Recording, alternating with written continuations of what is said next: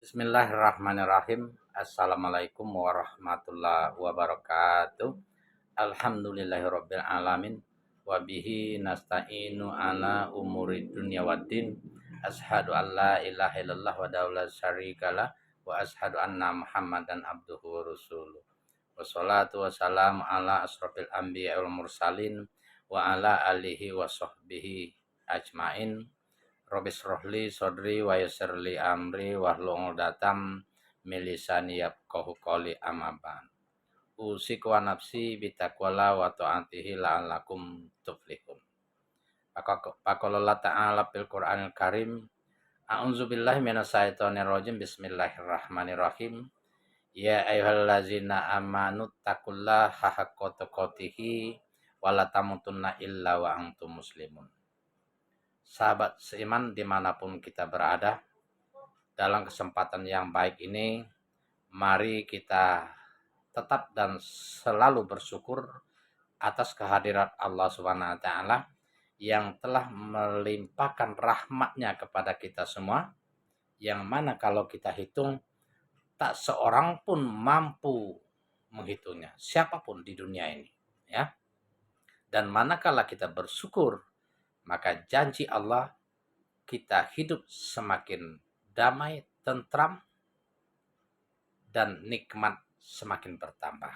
Lain syakartum la azidannakum wa lain kafartum inna azabi lasyadid. Untuk itu kita mengucapkan alhamdulillahirabbil alamin. Selawat beserta salam semoga selalu tercurahkan kepada kekasih Allah, kekasih kita, Baginda Rasulullah Sallallahu Alaihi Wasallam. Mudah-mudahan dengan banyak bersyukur, mengikuti sunnah-sunnahnya, dan berselawat yang banyak kepada Baginda Rasulullah Sallallahu Alaihi Wasallam, khususnya pada malam Jumat atau hari Jumat, kita akan dekat, akan bersama beliau nanti, akan mendapatkan syafaat pada hari kiamat. Ala aulin nasibi yaumal kiamati aksaruhum alaya sholah. Allahumma sholli ala sayyidina Muhammad wa ala ali sayyidina Muhammad. Sahabat seiman dimanapun kita berada, judul kultum kita pada kesempatan ini berkisar tentang takwa. Kenapa Allah Subhanahu wa Ta'ala memerintahkan kita, manusia, dan khususnya yang telah beriman kepada Allah Subhanahu wa Ta'ala dan hari akhir? Jawabannya diantaranya karena hanya orang-orang yang beriman dan bertakwa nanti yang ditempatkan di dalam surga dan kekal di dalamnya. Innal muttaqina fi jannati wa uyun. Di dalam surat Az-Zariyat ayat 15. Sesungguhnya orang-orang yang bertakwa nanti, kata Allah, tempatnya di surga yang indah dengan taman-taman dan mata air. Subhanallah. Di dalam surga nanti, kita boleh minta apa saja yang kita mau. Tinggal ngomong. Lebih kurang begitu bahasanya, kan?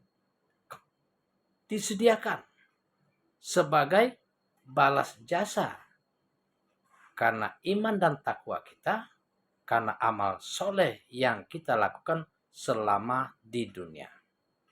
Ahizi nama atahum rabbuhum innahum kanu qabla zalika muhsinin, kata Allah Subhanahu wa Ta'ala. Dan orang-orang yang bertakwa itu bertingkat-tingkat cara beribadah. Kan bisa naik turun. Kadang-kadang malas gitu kan. Yang dilihat oleh Allah Subhanahu wa Ta'ala bukan karena kayanya, bukan karena hartanya, bukan karena istrinya besar misalnya. Bukan karena anaknya banyak, bukan karena pendidikan, jabatan dan kedudukan, tetapi karena takwa. Surga itu mahal, susah mendapatkan. Tetapi orang miskin sekalipun bisa mendapatkan surga terbaik, yakni surga Firdaus. Yang penting taat dan tunduk kepada Allah terhadap perintahnya dan menjauhi larangannya. Nah, orang bertakwa, salah satu sifatnya atau perilaku ibadahnya, pada malam hari sedikit sekali tidurnya, kata Allah Subhanahu wa taala. Kanu qalilan minal laili ma yahjaun. Apa kerjaan mereka? Qiyamul lail, baca Al-Qur'an, zikir, sholat wudhu, sholat sunat taubat, tahajud, sholat witir, baca Al-Quran, sholawat, dan lain sebagainya. Dan di akhir malam, kata Allah SWT, mereka memohon ampunan kepadaku. Wabil asharihum yastaghfirun. Itu diantaranya sifat dan perilaku orang-orang yang bertakwa, yang nanti tempatnya di surga dengan taman-taman dan mata air. Innal muttaqina fi jannati wa uyun. Untuk itu Allah SWT berfirman di dalam surah Al-Baqarah ayat 21. Ya ayuhan nasu budu rabbakumul ladzi khalaqakum wallazina min qablikum la'allakum tattaqun. Wahai manusia, kata Allah, bertakwalah kepadaku, beribadahlah kepadaku yang menciptakan kamu dan menciptakan manusia sebelum kamu, agar kalian menjadi insan-insan yang bertakwa. Nah itu tadi. Karena orang yang bertakwa itu tempatnya di surga. Agar kita selamat dunia dan akhirat. Bukan apa-apa. Ya.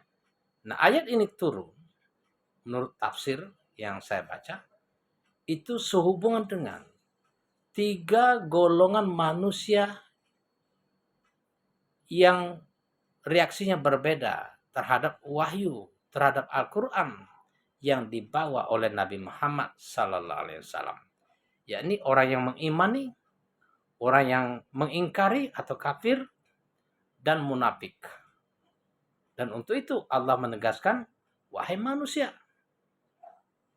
sembahlah aku, Tuhanmu yang menciptakan kamu dan orang-orang sebelum kamu, agar kalian selamat dunia dan akhirat, agar kalian bertakwa hanya kepadaku.